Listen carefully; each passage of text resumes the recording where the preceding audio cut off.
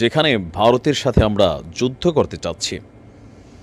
দেশের হৃৎপিণ্ড হিসাবে খ্যাত আমাদের সচিবালয়, সেই সচিবালয়ের খুবই স্পর্শকাতর কিছু কক্ষে আগুনের ঘটনা। আর সেই ঘটনায় প্রশ্ন অনেকগুলো সামনে এসেছে, বিশেষ করে একটা কুকুরের পোড়া দেহ। এরপর হচ্ছে এখানে সিসিটিভি ফুটেজ ছিল। আমরা অনেক ধরনের তথ্য পাচ্ছি। কেউ কেউ বলছেন যে সিসিটিভি অকার্যকর ছিল। মাঝখানে একটা ট্রাক কোথা থেকে ঢুকলো, একজন মানুষকে চাপা দিয়ে চলে গেল। কেউ কেউ বলছেন যে আগুন নেভাতে প্রয়োজনের তুলনায় অনেক বেশি সময় লেগেছে। নানান ধরনের প্রশ্ন, পাল্টাপাল্টি কাউন্টার আছে। আওয়ামী লীগের ফেসবুক পেজে দাবি করা হয়েছে যেখানে অনেক কিছু ইচ্ছাকৃতভাবে এই সরকার আগুন দিয়েছে। আবার সরকারের যারা উপদেষ্টা এবং সমর্থকরা তারা বলছেন শেখ হাসিনা এবং তার পরিবারের নামে যখন দুদকের দুর্নীতির অনুসন্ধানের কাজ শুরু হয়েছে, এই মন্ত্রণালয়গুলোতে অনেক ধরনের নথি ছিল যেগুলো পুড়িয়ে দেওয়া হয়েছে।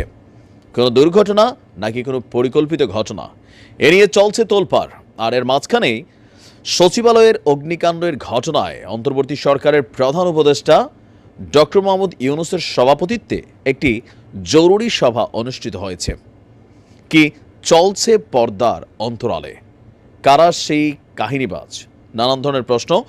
তো এর মাঝখানে আমরা দেখলাম যে প্রথম যেই তদন্ত কমিটিটি গঠন করা হয়েছিল সেই কমিটিকে বাতিল করে আবার নতুন কমিটি গঠন করা হয়েছে। 7 দিনের তদন্ত প্রতিবেদনের ইস্যুটা আবার পরিবর্তন হয়েছে। নতুন করে এই সভায় যেই ঘটনা হয়েছে সেই ঘটনা তদন্তে স্বরাষ্ট্র মন্ত্রণালয়ের জ্যেষ্ঠ সচিবকে প্রধান করে একটা উচ্চ পর্যায়ের কমিটি গঠন করেছে ডক্টর মোহাম্মদ ইউনূসের বিশেষ নির্দেশনায়।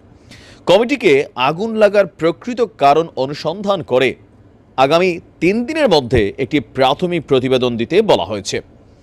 আমরা যদি দেখি এখানে আমাদের সরকারের বেশ কয়েকজন উচ্চপদস্থ যারা আছেন, উপদেষ্টা, তারপর হচ্ছেন যারা প্রেস সচিব আছেন, তারা ব্রিফ করেছেন। বলা হয়েছে যে সিদ্ধান্ত হয়েছে এই অগ্নিকাণ্ডের ঘটনার বিষয়ে উচ্চ পর্যায়ের কমিটি কাজ করবে আর 3 দিনের মধ্যে প্রাথমিক রিপোর্ট তৈরি করবে। কমিটির সভাপতির দায়িত্ব পালন করবেন স্বরাষ্ট্র মন্ত্রণালয়ের জ্যেষ্ঠ সচিব। ফায়ার সার্ভিস এবং সিভিল ডিফেন্স অধিদপ্তরের প্রধানকেও সদস্য সচিব করা হয়েছে। গৃহায়ন এবং গণপূর্ত মন্ত্রণালয়ের সচিব, পুলিশের আইজিপি, সশস্ত্র বাহিনীর একজন বিস্ফোরক বিশেষজ্ঞ এবং 3 জন বিশেষজ্ঞ, বুয়েটের একজন সিভিল ইঞ্জিনিয়ার থাকছেন, একজন কেমিক্যাল ইঞ্জিনিয়ার থাকছেন, একজন ইলেকট্রিক ইঞ্জিনিয়ার থাকছেন। এই কমিটিটি বিস্ফোরণের প্রকৃত কারণ, উৎস খুঁজে বের করে 3 দিনের মধ্যে এই প্রতিবেদনটি দিবে।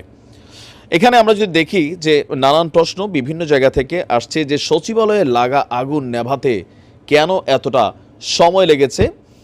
প্রধান ফটক দিয়ে ঢোকার পরপরই আমরা দেখেছি যে আপনার 7 নম্বর ভবনের চারপাশে ছড়িয়ে ছিটিয়ে আছে জানালার ভাঙা গ্লাস। ভবনের চারদিকে ফায়ার সার্ভিসের ছিটানো পানি। আর আমরা আরেকটু যদি দেখি, ফায়ার সার্ভিসের একাধিক সদস্য বলছেন আগুন নেভাতে গিয়ে তারা পদে পদে প্রতিবন্ধকতার মুখে পড়তে হয়েছিল। সচিবালয়ের ফটক দিয়ে ফায়ার সার্ভিসের গাড়ি ভেতরে ঢোকাতে বেশ বেগ পেতে হয়েছে। আর ফায়ার সার্ভিসের 2টি টিম আপনার কাজ করেছে। আর যদি আমরা বলি যে সচিবালয়ে ঢোকার মোট ফটক হচ্ছে 5টি, তবে ফায়ার সার্ভিসের গাড়ি ঢোকার ফটক আছে 2টি। ওই 2টি ফটক দিয়েও ফায়ার সার্ভিসের বড় গাড়িগুলোকে ঢোকাতে সমস্যা হয়েছে। আর আমরা যতদূর শুনেছি যে একটা গেট সম্ভবত ভাঙা হয়েছে এই গাড়িটাকে ঢুকাতে এবং বের করতে। তো আমাদের স্বরাষ্ট্র উপদেষ্টা বলছেন নাশকতা কিনা, যেটা নিয়ে সবচেয়ে বেশি আলোচনা চলছে, সেটা এই মুহূর্তে বলা যাবে না। জনমনে যে প্রশ্ন বা বিভিন্ন জায়গা থেকে প্রশ্নগুলো উঠেছে সেটা তদন্তের পরই আপনার জানা যাবে। তো সচিবালয়ে লাগা আগুনটা 6 ঘন্টা যাবৎ কেন চললো? আচ্ছা, যাই হোক, এখানে অনেকগুলো প্রশ্ন এসেছে। তবে সবচেয়ে বড় প্রশ্ন, এই রাষ্ট্রের হৃৎপিণ্ড হিসাবে খ্যাত সচিবালয় যদি নিরাপদ না হয়, আবার ধরেন আগুন লাগতেই পারে। তো ফায়ার সার্ভিস কমিটি যারা আছেন তাদের একটা বক্তব্য ছিল যে রুমগুলোতে এত বেশি ইন্টেরিয়র ছিল, দাহ্য পদার্থের কারণে আগুনের তীব্রতা বেড়ে গেছে। আবার বেশ কিছু ছবি ভাইরাল হচ্ছে যে একই সাথে উপদেষ্টা নাহিদ এবং আসিফের অফিসে হঠাৎ করেই আগুন জ্বলে উঠল। আর সচিবালয়ের এই 7 তলায় বা 8 তলায় কিভাবে এই কুকুর গেল? এখানের নৈশ প্রহরীরা কোথায় গেল? গোয়েন্দা কোনো রকম তথ্য রিপোর্ট কেন ছিল না? নানান কিছু বলা হচ্ছে। এটা পারসেপশন যে নাশকতা। তবে কে করেছে এই নাশকতা সেটা আগামী 3 দিন আমাদেরকে গুনে গুনে অপেক্ষা করতে হবে। আমরাও জানতে চাই পেছনের এই খলনায়ক কারা, নাকি আসলেই কোনো দুর্ঘটনা?